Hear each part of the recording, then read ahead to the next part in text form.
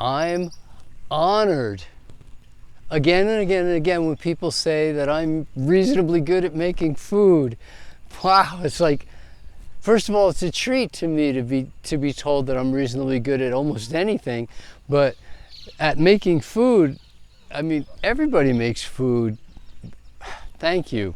Thank you. So today we're going to talk a little bit about making food that's not only beautiful and satiating, but that it's also delicious. We want it to be delicious. And what are the things that make food really delicious? And there's a couple simple tips. It shouldn't take me long, I hope. And when I think about, okay, how am I going to put flavors into my food? There's a lot of ways to deliver flavor. Oddly, they don't all include taste, but we'll talk about those ones first if we can, and we'll move on. So there are foods which, when eaten, leave me thinking about a certain flavor. For instance, if you eat sapodilla, a fruit that grows in all the Caribbean and lots of other places that are equally warm, tropical, the sapodilla tastes sort of like a baked apple. It reminds you of eating a baked apple or a baked pear. The texture is very much along that line, a little bit granular, sugar, really strong sugar, but it also has a hint of cinnamon flavor built right into it. Now, you know, cinnamon only comes off one place, the bark of the cinnamon tree, but there are other things that taste close to cinnamon. So you can buy cinnamon from different places and it will have different flavors. Even Ceylon cinnamon is different than Madagascar cinnamon. So the cinnamon flavor that you feel in the background of eating the sapodilla. Also, if you don't know what I'm talking about, sapodilla, some places in the world they call it chiku. In other places of the world it's known as nisbera. So go from there. If I was to slice chiku, maybe take the skin off for beautiful presentation and serve a bunch of wedges of chiku, as is, it would be delicious. But if I sprinkled the tiniest hint of cinnamon on there, everybody would just go nuts. They go, oh wow, like what a great combination. How did you ever think of putting cinnamon on chiku? Well, it told me, hey, I go well with cinnamon, you know, because it was already there.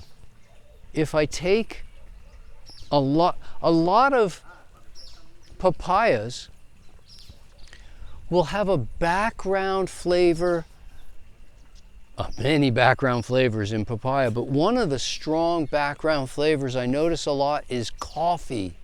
Now, I am not a coffee drinker, but I grew up not far from a coffee roasting factory, so I knew what the smell of coffee was. And I've eaten papayas and bananas that have ended up with a flavor of coffee. Now, whether that's because they're grown near where coffee grows, or if it's just inherent in them, I can't even tell you. I think the former. But if I slice banana and I add an essential oil, an edible essential oil, one drop, say in a smoothie or an ice cream or a banana pie or papaya wedges, and I put that little bit of coffee, people go nuts. They go, how did you know to put that particular flavor? Why didn't you just use salt? You know, or why didn't you just use paprika? Or why didn't you? And it's like, well, it doesn't call for those. The food itself actually told you in advance what to add. Then you can start to look at trends. I had friends come to my house one day, and it was a close friend of mine, and he brought his girlfriend, and his girlfriend was from an Eastern European nation that I knew nothing about. And for dinner that night, I served a cabbage dish, one of my favorite cabbage dishes. I made a nut milk out of macadamia nuts. I made shredded cabbage really fine.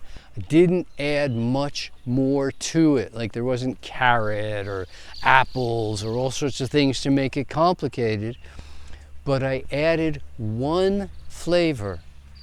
I threw in whole caraway seeds and just let the mixture marinate for 4 or 5 hours so that the entire mixture picked up the flavor of the caraway seeds. Well, there's nothing in cabbage that gives you a hint of caraway. There's nothing to tell you, oh, I think maybe cabbage would be good with caraway. It would be trial and error, except that in nations all around the world, people make cabbage dishes and almost always include caraway. And so she was just so overjoyed. Oh, you made a dish just like we eat at home. You even flavored it just like we do at home. How did you know? And I go, well, actually, cabbage and caraway are a notorious combination. They go hand in hand all around the world. So all you have to do is familiarize yourself with some cabbage dishes. You'll see caraway keeps popping up. This is true for many, many foods. So now we can go and we say, well, certain foods give you a flavor, and by the time they give you that flavor and they say, the food tells me to put this in. And then you do a little bit of learning about food and you go, wow, it looks like everywhere people eat cabbage, there's always caraway included. Like those two go hand in hand. Maybe I should make a cabbage dish with caraway and respect that trend, respect that worldwide practice, and it'll work for me just as well as it worked for anybody else. Well, we can do more of this sort of thing. We can go to restaurants and learn from chefs. We can go to fast food places. We can go to a dessert bar and say, oh, well, let's see, what are some of the flavors that I see in common use?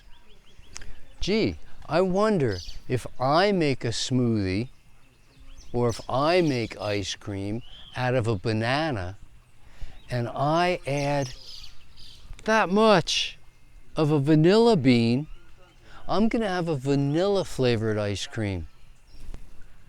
Gee, vanilla might be a nice flavor to add. It's a commonly used flavor, like incredibly commonly used. Vanilla, you're making vanilla ice cream, that's a common thing. So we know right away, as opposed to paprika flavored ice cream, that's not a common thing. You would be really experimenting by the time you go, oh, I need a tikka masala ice cream. That's probably not going to go over well. But tikka masala is used in very specific ways for very specific things. And you can even look at the ingredients in a tikka masala and say, what's the key? We had a dish the other night where our chef just used cumin. And everybody mentioned that they could smell it, the food being made, about 4 hours before we were going to eat it. Go, oh, that smells good. Oh, that smells good. And she said, well, does anybody know what it is? And I said, oh, it's curry. That's curry. And she goes, nope. And then I went in and I looked and it was cumin. And I said, well, cumin is the #1 ingredient found in all curry. after that, you add what you want to add, and it either becomes Jamaican curry or somebody else, or Thai curry or something else, whether it's got heat in it, or whether it's got fennel in it, or whether it's got lots of turmeric or none at all. It doesn't have to. It just, every place has its own specific kind of curry, but it always, always, always has cumin. So I go, if I see that if I want something curry flavored, I don't have to add 17 ingredients like a tikka. I don't have to add 6 or 8 ingredients like a curry mixture. I could just use cumin, and I'm well on my way to adding the flavor that I want to experience, or that I know that my guests are going to want to experience, because they go, it's done all over the place. You can look at a list of ingredients and say, okay, this is the main thing. This is the fat. This is the flavor. This is the acidity. Now, when we look at flavoring things, there's other ways to go about it. So basically, it's a matter of extremes. You're either looking to bring out as much flavor as possible, what they call the 5 flavors, right? You want salty and sour and bitter and sweet and even umami in dishes that are savory. But in dishes that are sweet to begin with, you may not want to bring out so many flavors. You might just want it to be, like the old thing that was death by chocolate. Like, it's just chocolate and chocolate and chocolate and chocolate. Oh, and a little more chocolate. And it's sweet as all get out. And you just flavor, you got sweet and chocolate, and people are happy with that. Which is why banana ice cream, where the only ingredient is bananas, works so well. It's just got bananas and it's sweet. And you're done. And how much more flavor do we have to go? You don't have to add salt and sour and bitter to ice cream. It's not going to work. We can just go in one direction or 2 directions. If you're making a pineapple tart, you're going to go to something that isn't truly a lot of flavor in whatever crust you make for that tart. Maybe you crushed almonds and pushed them down into a little tin, and it crush it down, and it makes a nice crust, and it's creamy when you eat it, and it cuts the acidity of the tart. Meanwhile, the acidity helps you digest the crust, right? The acidity helps break down the fattiness of the almonds, and so you get better digestion.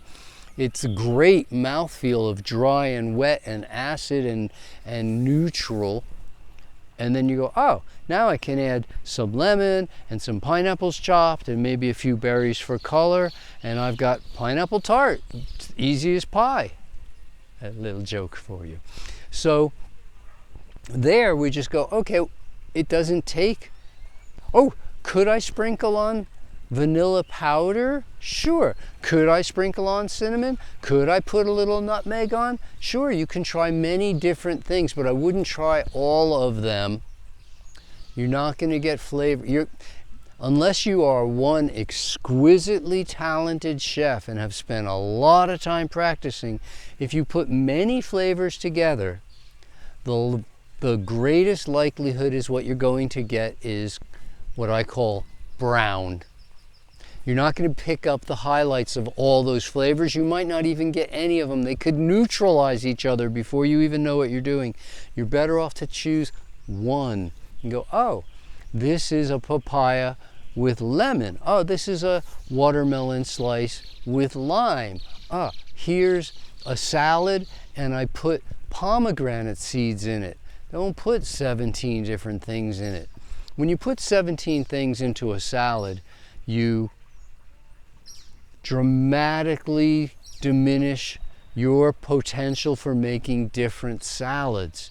It's going to be the same salad every night with all 17 ingredients, and it might be something you like, but you're going to tire of it. You're far better off to make a salad with 3, 4, max 5 ingredients and let that be one type of salad, and then over here a different one with 5 differents, and then a third one with 5 different, and then a fourth one that's maybe got a little overlap from column A and column B, and another one from column A and column C, and then another one from B and C, and you've got all these, and you've got a week's worth of salads, and you can, by the time a week goes by, you forget that you had it last Monday and now it's another Monday, and we're going to have the lettuce, tomato, lemon, and just go, ah, and then the next day it's you know, it's different. It's cucumber, tomato, lime, and some macadamia nuts or some pine nuts sprinkled on, or something just a little different, but not many. You want to taste flavors, let your tongue taste the flavors. Don't over flavor things. You start over flavoring, people sort of say, oh, I really like the onion flavor, and the next thing you know, there's onion every single night, and it becomes like, now you don't even taste it anymore. It's not, oh, it has no flavor without onion. My God, I've become an onion addict. Like, that's not the way to use flavors. It doesn't have to be there, and it shouldn't have to be strong. And if you find, like, I used to use 1 tablespoon of this in my smoothie, but now I'm putting in 2 tablespoons, and then I'm putting in 3 tablespoons, like, warning. Like, it's time to step back and maybe use none, and then use the tiniest bit. Use half a tablespoon and see if that's sufficient. It probably is. You don't have to go nuts with flavors, and they don't have to be crazy strong. It could just be hint of lime, hint of the next thing. Oh, can you pick out the pomegranate in this salad? It doesn't have to be overwhelming flavors. Now, at the very beginning, I mentioned that some flavors aren't brought out by taste.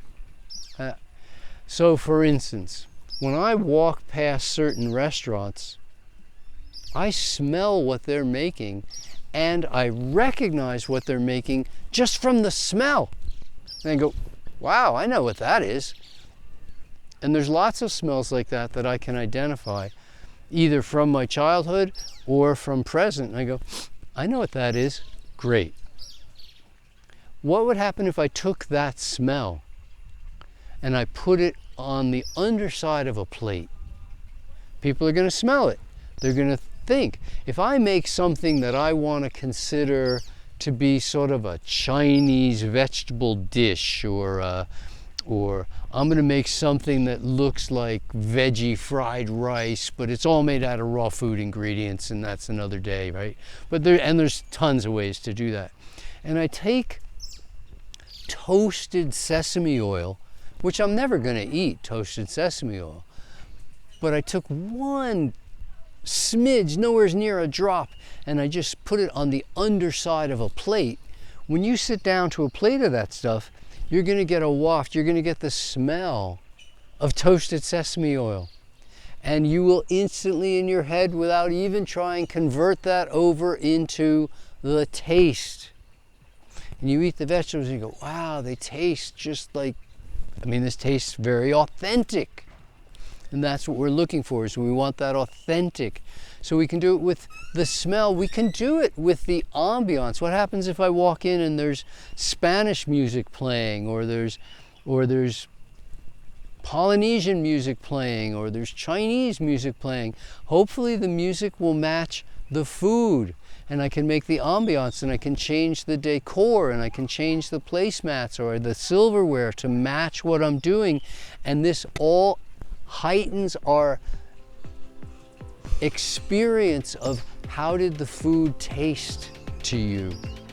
So there's a long way to go beyond flavor with flavor, and I hope you'll experiment with all of it.